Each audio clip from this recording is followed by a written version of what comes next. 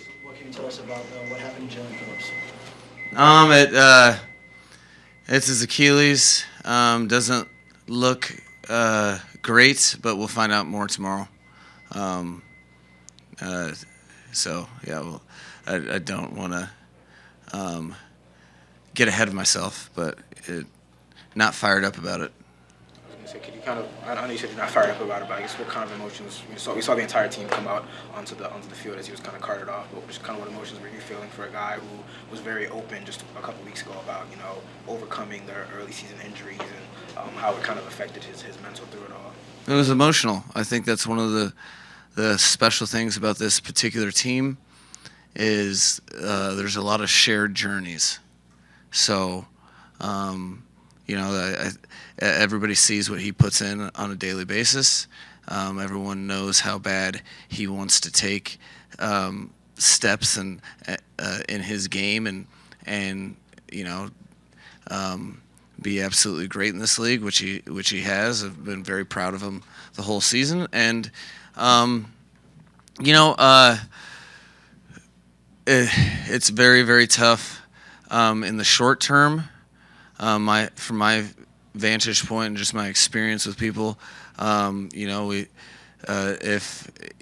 it's the worst case scenario, it's also you get a chance to write your own story. So he's the type of person, and he has the right mindset where he'll be able to turn anything that's perceived as negative into an eventual positive. But this is going to be tough and trying for him as we get our information back and prepare ourselves for the worst case scenario. From a momentum standpoint, what did that pick six, the end of the first half, do for you guys? Yeah, it was that's.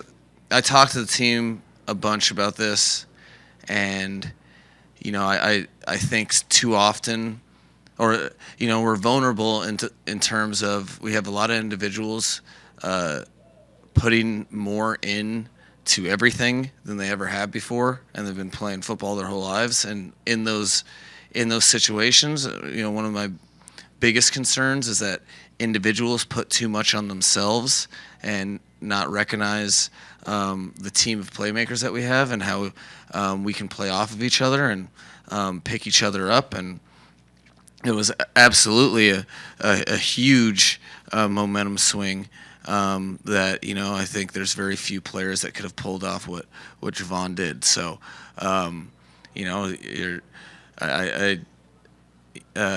I think he's Javon's the type of player that has very high aspirations for himself, and our team knows that he can be the best player on the field at any given moment. He's watched a ton of Ed Reed tape, and that was very reminiscent of Ed Reed for sure. So that was a cool moment that I think nobody on this team that was on the field will forget that particular play, and that's pretty special when you're talking about. It'll probably be the first play that people think of when you think back to this game. So it was a big time play and something that our team needed. From what did you see from the two interceptions to kind of the final minute of the first half? Both kind of similar routes.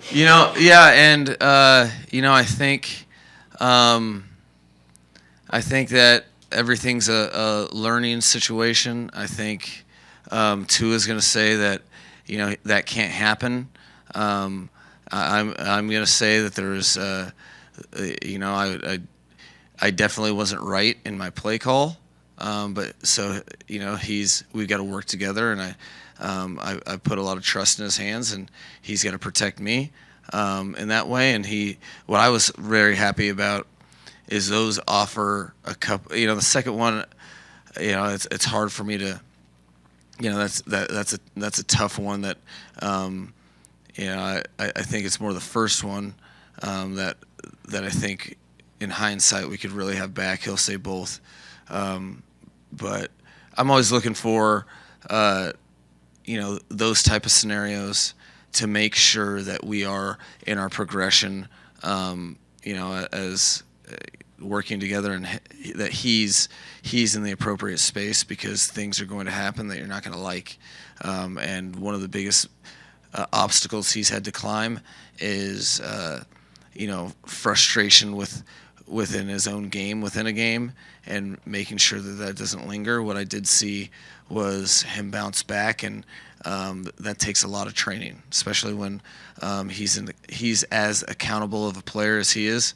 That he is absolutely, positively so angry with himself in those moments, but to be able to come back and lead with authority and do all the things that we ask him to do, to execute on a down and down basis for the rest of the game, I thought was very encouraging. I also thought that he probably had his best third down game against a really good third down defense. That's a very good defense in general, but in third down, it's not easy to move the chains, and I think we were 11 for 16 on third down.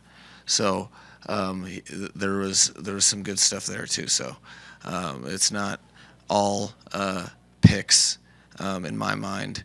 There was a lot of good performance by him, and then also I really liked how he bounced back from that and didn't let that keep him from playing the position as we know he is capable of throughout the rest of the game. How do you view the trajectory of this defense? Well, I view the trajectory as more this way, right? Which is cool. We talked as a team at length. There's part of the unintended consequence of maybe a side of the ball starting off at a historical rate, is there's a lot of attention paid to that side, and I think our defense was kind of overlooked for a while, and on top of that, they didn't start exactly the way they wanted to this season, but it's been a build, and I think since week 8, up until this game, we had been number 1 in the league in defense, stopping the run, and that, I think that epitomizes the whole team. What they're doing is what we've identified as what we want to do, and that's progress and continue to get better as the season progresses, and then not cower in the face of obvious parts of our game that we can get better at. You have higher belief in the entire unit at the beginning of the season than what we're putting out there in terms of like run defense. What do you do about it? You work on that and emphasize it, and there's no shortcut to the gains that they've made. This has been hard work and dedication each week, belief in what they're being coached, and then complete ownership of responsibilities. And I've been talking about the way that the defense is practiced. Our defense has practiced since the Buffalo game. I keep bringing it up, and it's very satisfying for me as a coach, because I know that if you just focus on that the gains will come. And I think people are starting to see some of the stuff that we've held internally. The high belief and high esteem that we have for everybody on the defensive side of the ball, including the coaches, and as a result, we're starting to have a team that's complementing each other in all three phases. And you can't just show up and say, all right, we're going to stop this or we're going to beat this to beat the Miami Dolphins. You have to deal with all sides of the ball, and we had a ton of plays made on the defensive side of the ball today, plays that determine the outcome of football games, whether that be turnovers or sacks or just very, very competitive swarming defense that is I'm very proud to be a part of. Mike, we saw a lot of shuffling along the offensive line. Can you update us on, I guess, Teron Armstead, and then Kendall Lamb with the back, and then I Yeah, think he we were just bored. No, I mean, what more can you say? Like, you have all these lineup changes. You have, people going in and out of different positions, but you see a group that understands, that learns, not only with the reps they get, but the reps that their teammates get. And I thought, all that being said, they're the backbone. The offensive line was the backbone of the most important offensive drive of the game, which was at the end of the third quarter, where I think it was I can't remember, it was a 2-score game, I believe. We went 17 plays over 9 minutes, and I thought that kind of changed that on top of Javon's interception. Those were the two big moments in the game as far as giving us a chance to win. So I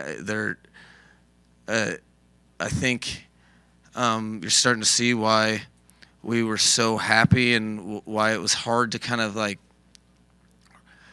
just anoint people as starters in training camp, because there was a lot of really good competition.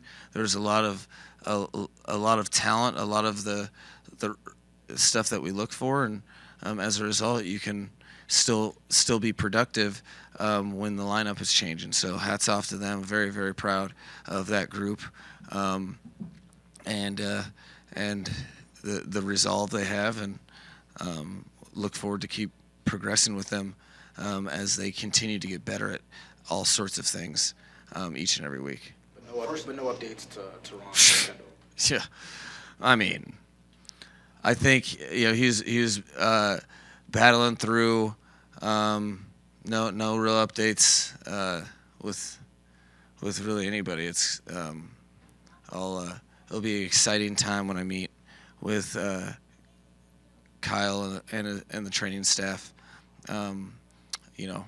Over the weekend and on Monday, because we're luckily we're very well versed at adjusting. So there'll be some capable guys that are healthy. Who those are and exactly what that's going to look like, we'll find out. Last question. Mike, first 2 possessions, back-to-back 4th and short situations. Can you take us through the decisions on those 2 early in the game when it looks like points might be out of premium? Yeah, the first one we had converted, I think a 3rd and short on a screen to Tyreek, and we'd gone down all the way to the 5-yard line. And in those situations, you're just kind of reading the room, as it would be, with regard to your team. I felt very comfortable. I was very happy with the defense's first series, and I felt like they were ready to play. I kind of had that feeling all week, and so we went to something that I'm very comfortable putting in 2 in Tyreek's hands. Against a very good player. We came up short, but proved us right by getting a stop, and we got the ball back. Then what was the second drive? Then you kicked the field goal.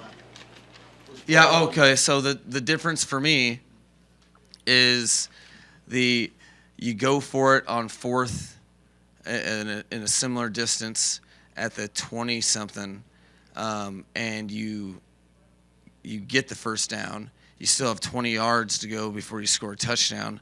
The stakes, the play that I called, I kind of knew it was going to be, it's 4th down. We're going to take a shot at the end zone to score. But if you do convert, you're talking about 1st and goal at the 4. So the risk reward of failure to me are a little different in the first quarter in the grand scheme of things, from the 5 to the 20 whatever, which was the difference in decision making. Thank you, guys. All right. Thank you. Who will be next?